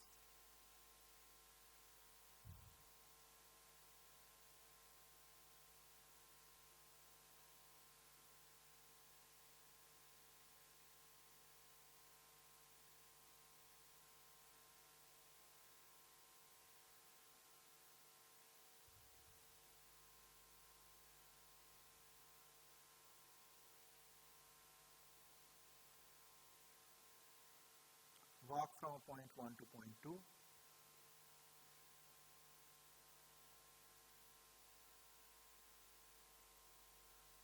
Remains red till the time it is in a non-feasible zone. Once it comes to the feasible zone, it will become blue. And as soon as it becomes blue, it will calculate again rod by rod instructions for you to install. Now these calculations are much more accurate than any manual calculations we can do. This can be taught to a technician who has a high school level of understanding very easily. Now that we have done the bore path, I wanted to talk about one of the other subjects, that is load on a PE pipe. A lot of time I get a question that what should be my minimum depth of the pipe? And these are the questions we need to answer to make sure that PE is chosen over the steel pipes. Because if the depth is not sufficient, then it doesn't work. Now the rule of thumb is it should be at least 18-inch deep, preferably a diameter of the pipe deep if there is no load on the surface, no external load on the surface. If there is an external load of a lorry, we have to take it deeper, and if there is a railway going, we have to take it even deeper. There is no set formula, but the empirical study says that if you put the pipe 5 times the diameter of the pipe deep, the forces from above ground typically do not reach the pipe. So that's the safe distance. You know, right now we are talking about having a manual for the installation of the PE pipe and calculations. This is a website which is an American website but does a very, very good job of giving a very comprehensive PE pipe manual. I have been using this for many years, and it has covered most of the calculations you need for the pipe installation or the calculation which kind of a pipe DI to be used, what material has got what kind of a properties and so on. It has all those details. I will be using their now archived chapter 12, which is MAB 7, which is how do you determine what is the force coming on a pipe installed by a HDD method. There are 2 scenarios here. One scenario is a stable borehole, and I think a stable borehole scenario holds most of the time, unless otherwise we have either a very loose soil which actually can be stabilized with the help of chemicals, and we are not using chemicals, or we are having cobbles. Cobbles are the greatest threat to the HDD in general. Or we are in a silt of a river, which typically any good practitioner will actually like to avoid drilling the silt, and they want to go at least couple of feet below the silt to a stable ground. And that's where the borehole deformation takes place. So for a stable borehole and for the borehole deformation, to calculate on a deformed borehole, what are kind of loads which are coming? The load number 1 which is coming is an external pressure due to the earth. In case of a deformed borehole, the whole load of the earth has to be taken, and Targhazi's theorem does not get applicable there. Our age-old civil engineering 101, Targhazi's theorem actually does not get applicable here because the arch formation is not there and pipe is not supported. So if the pipe is buried at 5 meter depth, the whole earth weight of 5 meter will be acting in case of a collapsed bore scenario. Then groundwater pressure. Of course, if we are installing a pipe below the water level, then the groundwater pressure will get added. In case we are installing a pipe below the river water column has to be added. Then comes surcharge and live load, that is pipe load, utility load.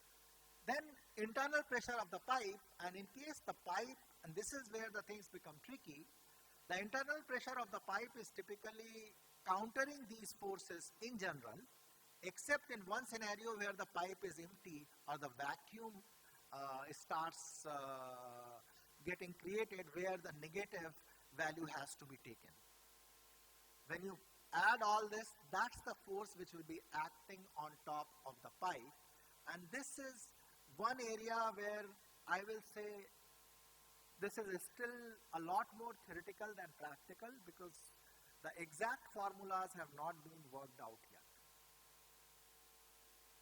In case of a stable borehole, actually the calculations are much more simpler. Just the slurry mud is the one which is taking place. What is happening is all the ground forces are taken care as long as you are putting your pipe. At least the crown of the pipe should be at least below the diameter of the pipe. So the ground above the pipe should be the diameter of the pipe on a bare minimum. 2 to 3 times diameter if the normal vehicular traffic is going on. But if something heavy like train or a runway is coming in place, aircraft runway, then we have to go at least 5 times the diameter of the pipe. Again, all these calculations are taken from the reference I have given earlier, and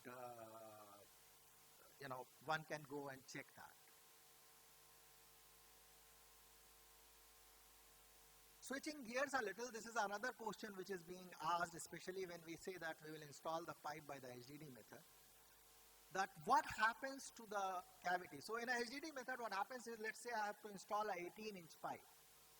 I will typically make a hole of a 24-inch and then pull the 18-inch pipe inside that hole. Now what happens is there is a cavity between the hole and the pipe. A lot of time client is saying what happens to the pipe. The first answer is that pipe typically sits on the top.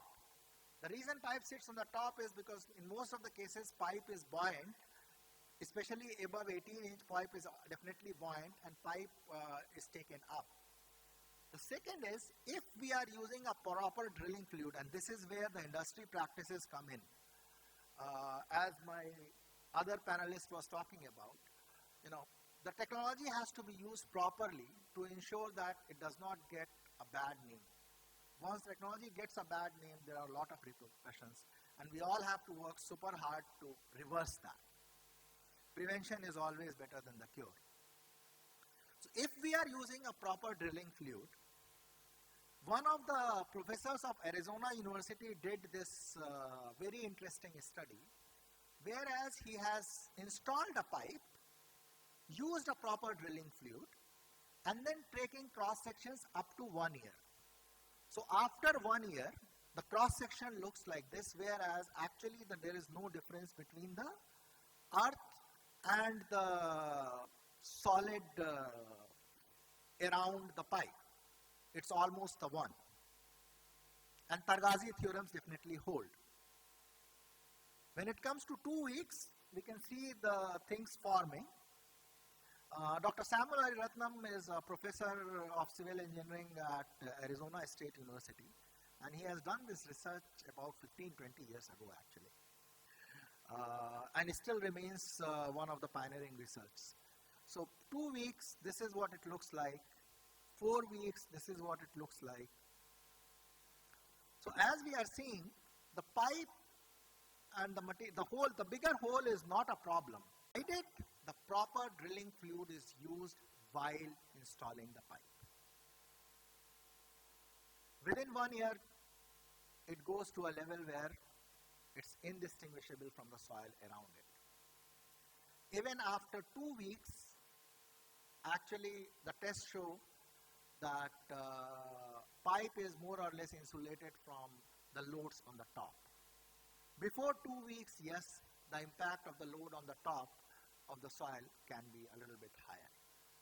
So with this, I end my session with this very interesting slide, whereas engineer plans and specs are in one place to trap the contractor, and contractor also knows that it comes with the helmet. Thank you for your attention.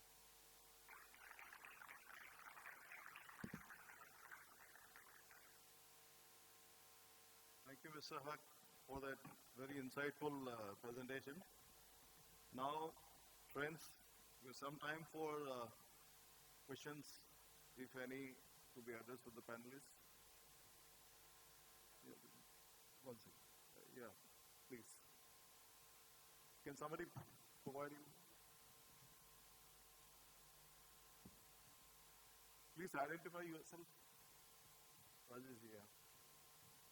Yeah, morning, Rajesh Gera, packaging consultant.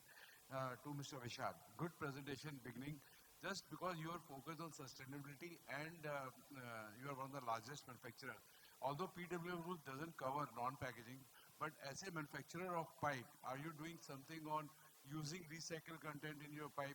And when you say this is low carbon footprint versus other materials, so have you done any LCA studies to ascertain that?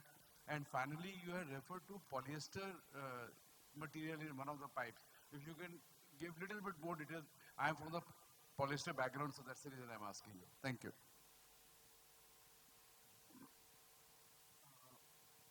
The all data is already available on the surfaces.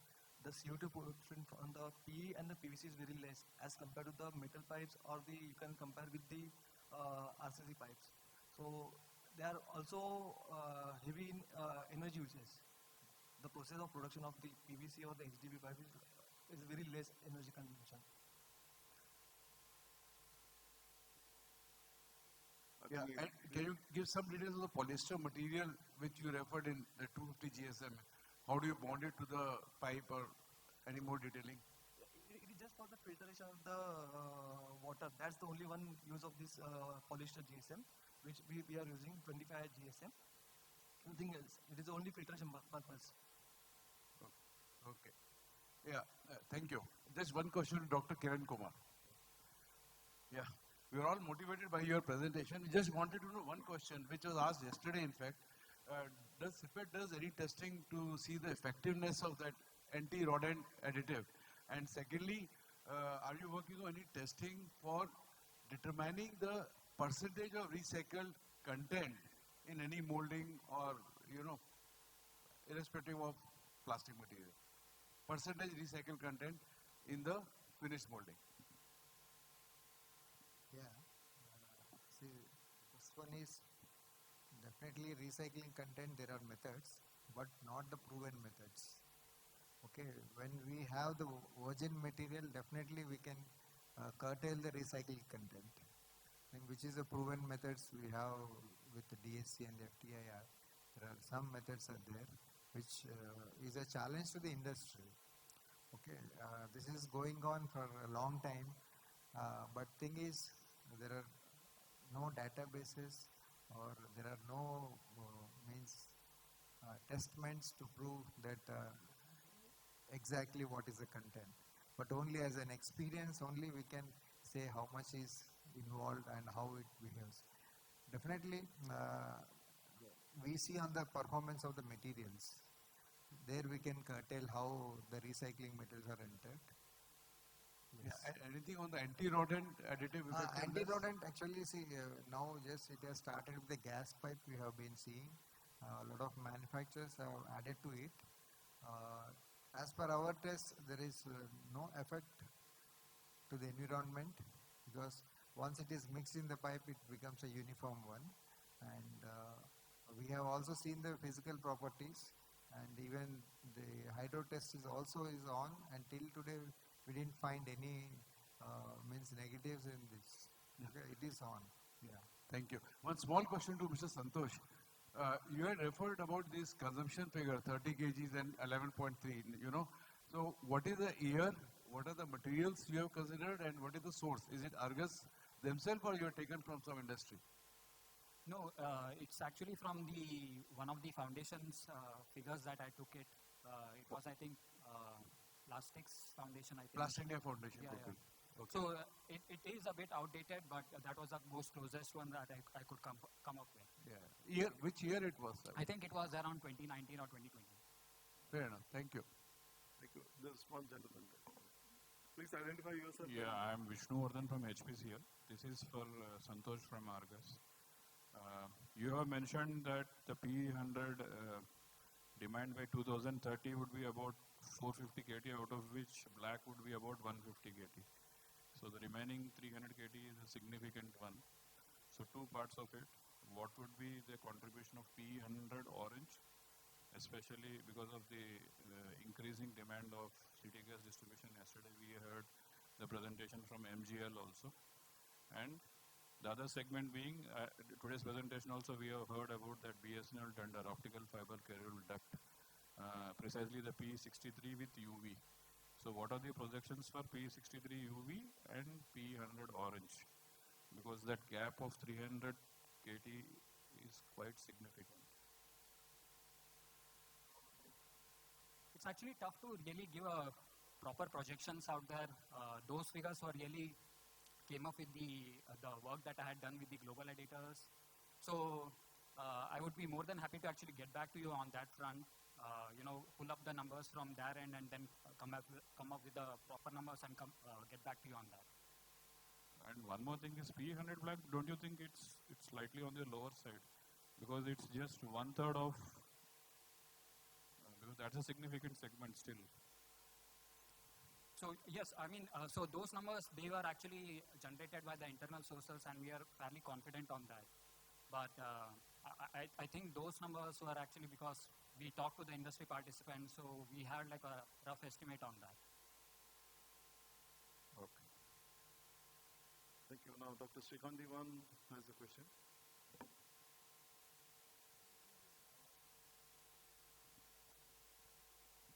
Thank you very much. I'm Srikanth Diwan from Barlogar, India, and I also represent an association called Indian Vinyl Council, dedicated to the vinyl industry of the country. I have a question for Dr. Kiran Kumar, but before that, I would like to humbly correct Mr. Huck. As we all know, and as I can read, it's a plastic pipes conference and not polyethylene pipes conference, as you wrongly mentioned.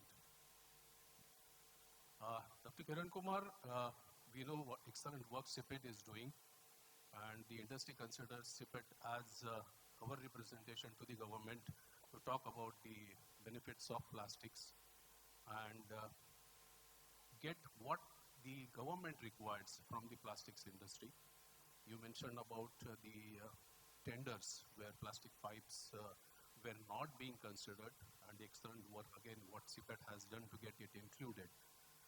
But Dr. Kiran Kumar, what we have been seeing of late is that many state governments and even at the national level, there is a deselection of PVC pipes.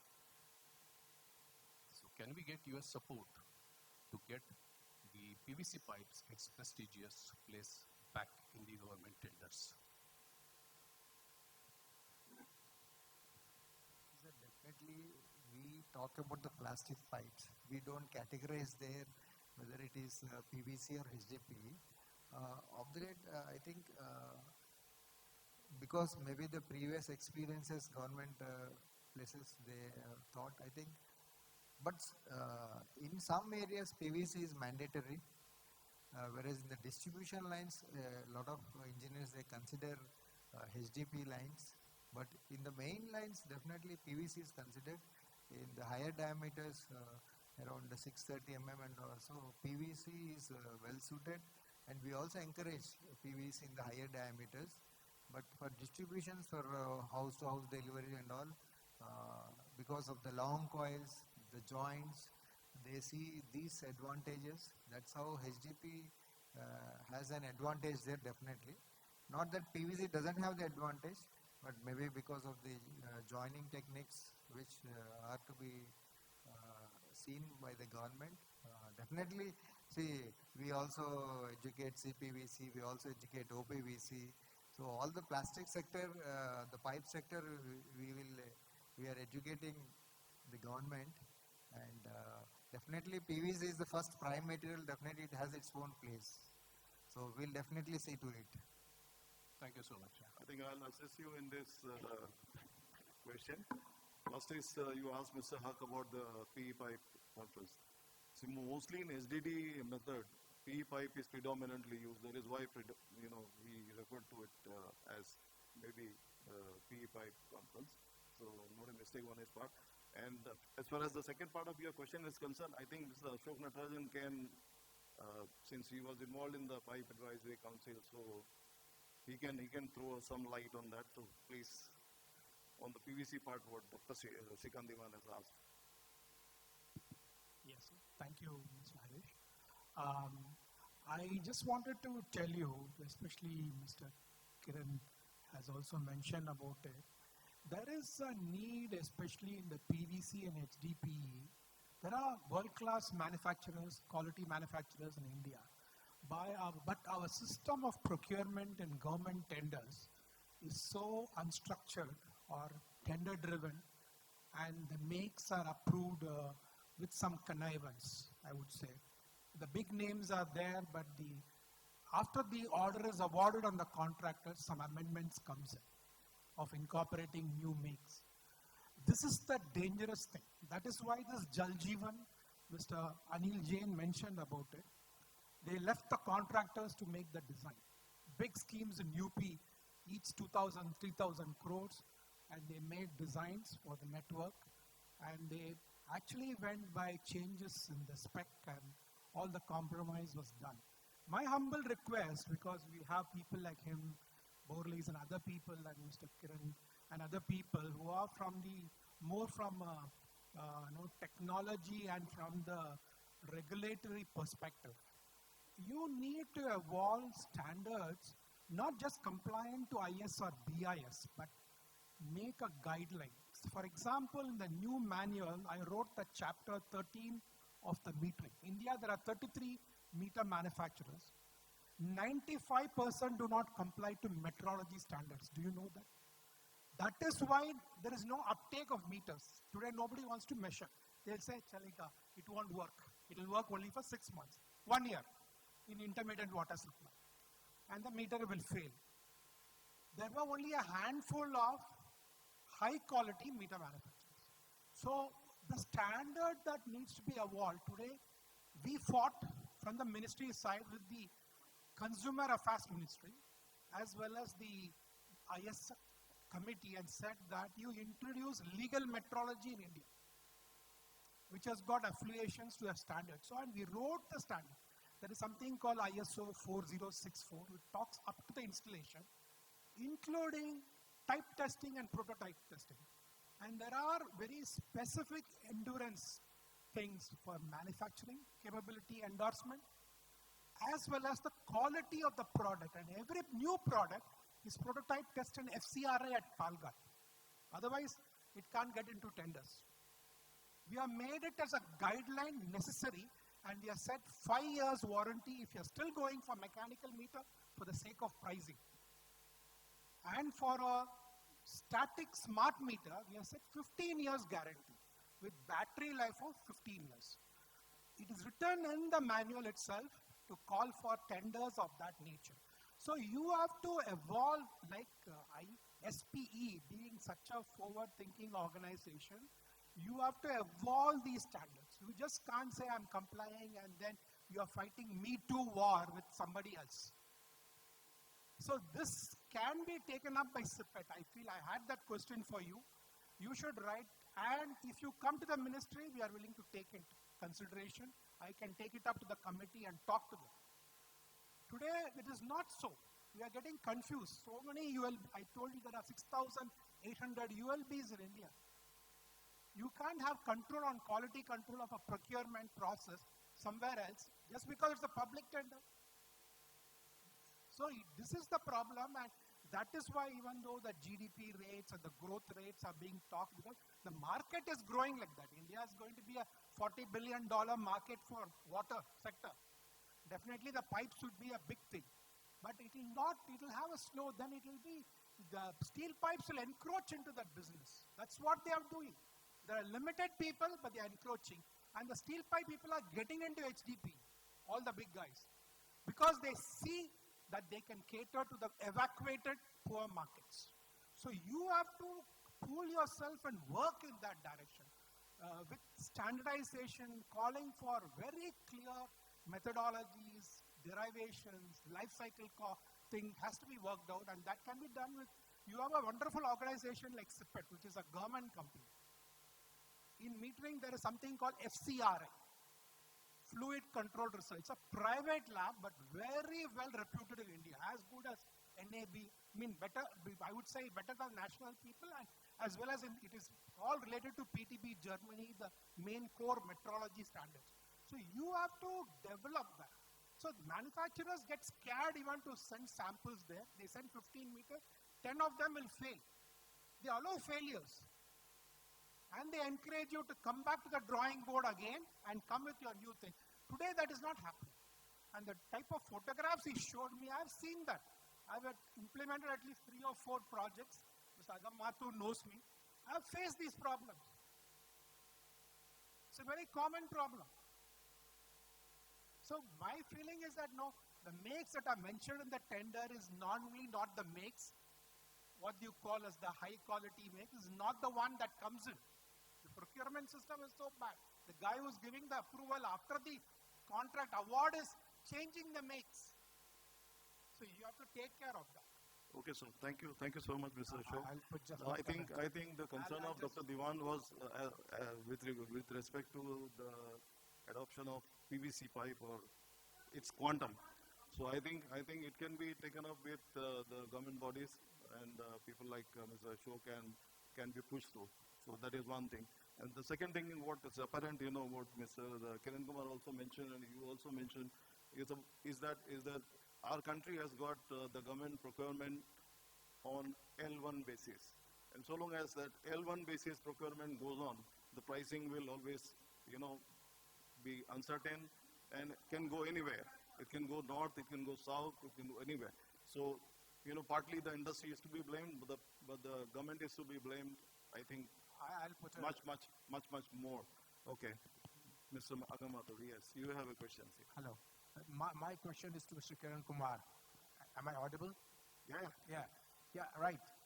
We have CPET and there we test the samples on chemicals and everything. But clearly, can you specify some tests which a simple, even a villager can do? A pipe from a good company and a pipe from a bad company or a faulty manufacturer.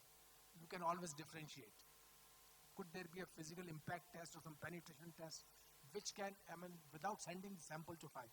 Because, there is a connivance between in the manufacturer and the contractor and the engineer.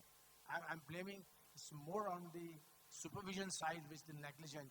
I'm from the government. I was in the department for 41 years. And it's very difficult. One lot they will get passed on CPET and all that and all stamping and all that.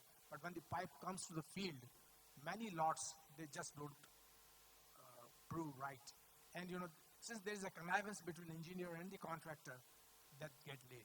But if we involve the villagers or the urban people where the pipes are being laid, if you can specify certain tests, like impact tests or deflection tests, which can be easily conducted by anyone, or there are good engineers or there are quality, wings which can create tests. So that would help a lot. This question. Basically, because in the villages and all, it is very much, we cannot assure the quality, but only thing is we can assure is once the pipe is laid down, they have to go for the pressure test. So once pressure test is done, because it is there in the government already, it is written also when they are laying the pipes, for every kilometer of the pipe laid, pressure test has to be conducted. Mr. Kiran Kumar, I know that, being an engineer, the villagers, after laying the pipe and the contract itself, they just start the supply. Yeah. This is happening in urban towns also, because this is cumbersome, but this is required. So in a cross-country pipelines and large diameter pipelines, the pressure tests are conducted. But in a distribution system where PE pipes are being used in large quantities, what I'm concerned is when the pipes are coming in the contractor's stores and the government engineer is making a payment, are there simple tests available which can on the face of it say that's a good pipe or a poor quality pipe? Can you? Because I have seen pipes of poor quality we can easily distinguish. I had samples, as I'm working as a consultant now after 41 years service, and I keep some pipe samples of a good manufacturer. So one of my quality working in the department came and said, sir, which is this pipe? This is a PVC and HDPE pipe. But there's a pipe in the field is just like, bada pilpila or ekdam pichakra. So So those kind of things, impact tests or deflection tests, if you can prescribe, which can be easily conducted without much of a, Mr. Mathur, see, there are already a lot of checks and balances, standards, specifications, everything. And on top of that, if the industry expects or the government expects that, even the farmers or the villagers have to put in something more to that. So then it needs a broader discussion and on a larger canvas or platform.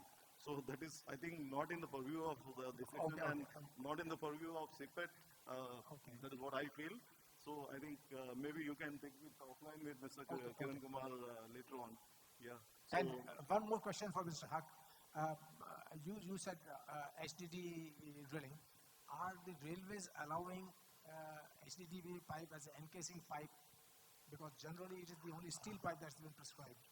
Railway does not allow, and that's where we need to educate so in India, railway does not allow, but in Germany, railway allows by saying that you have to go 7 times deeper than the diameter of the pipe, and use the right fluid when you're installing through a HDD method. In India, yes, railway wants you to put a casing pipe before you can pull the HDP pipe. You are right. And then how about highways? Highways are allowed. As a encasing pipe. No encasing pipe. Without encasing is a carrier pipe itself could be HDP. Correct. Okay, thank you so much. Srini, you had a question.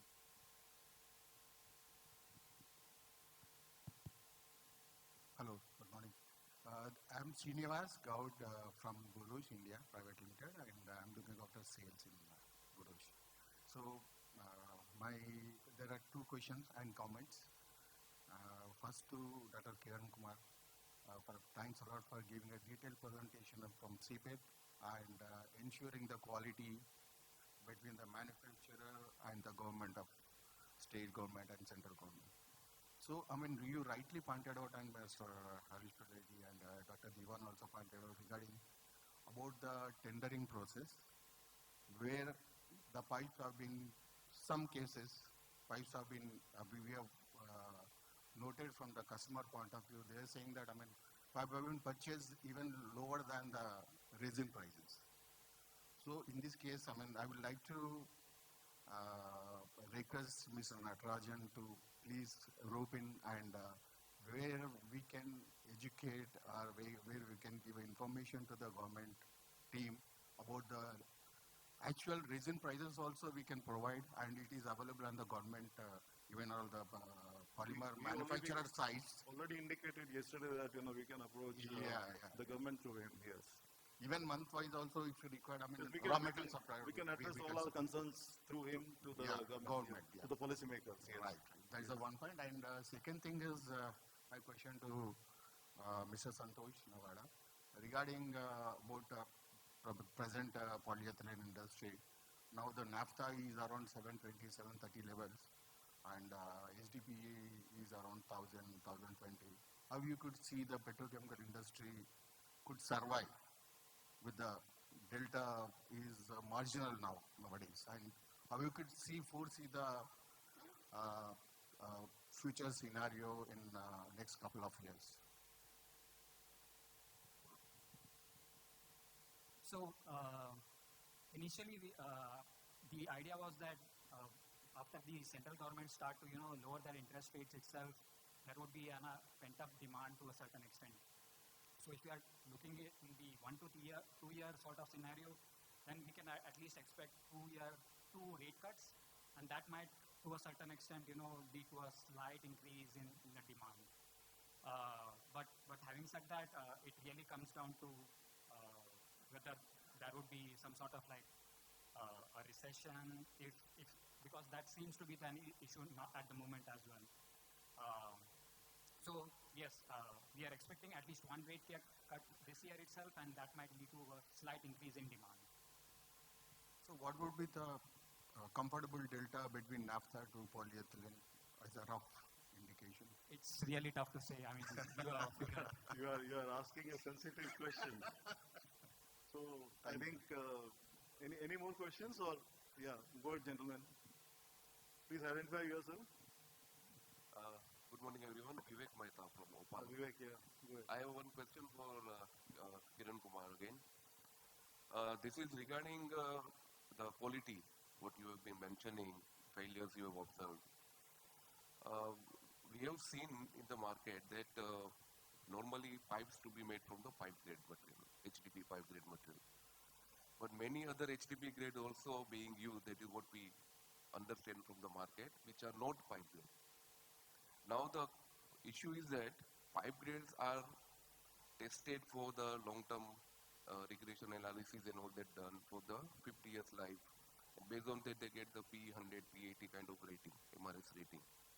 But if you are using other than pipe grade for this application, these are not tested for it. The recipes are not made as per that.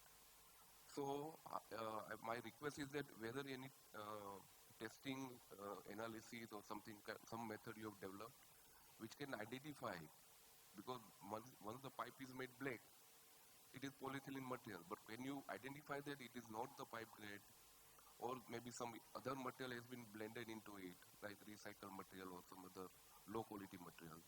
So any kind of method you are able to develop for that, or if it is not, then my request to develop it.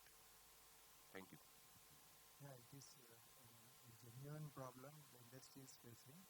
Yeah, if you are announcing your raw material of the pipe grades, then we can do the background analysis, the reverse engineering. We are doing also. Suppose somebody says we have this grade, we have been using this grade, definitely we have the mapping of those grades available with us. And those grades, whether it has really come into the pipe or not, that we are going to check out. So that is the first place where we do the analysis. And second is definitely the performance requirements we are going to see. See what are the failures I have shown you, even the customers have told us. The departments have given us the test reports of the big companies. But still we have seen the failures, and we also know the reason how they have failed. So those things we can find out. And only thing is, people should not be paid to pay the charges for the testing, because definitely the charges for the testing take a toll on you. So if anybody is ready for that, we are definitely going to help them. Thank you so much. Now, I think we are running short of time because we started late. So we end up this session here. And can we call for mementos, please?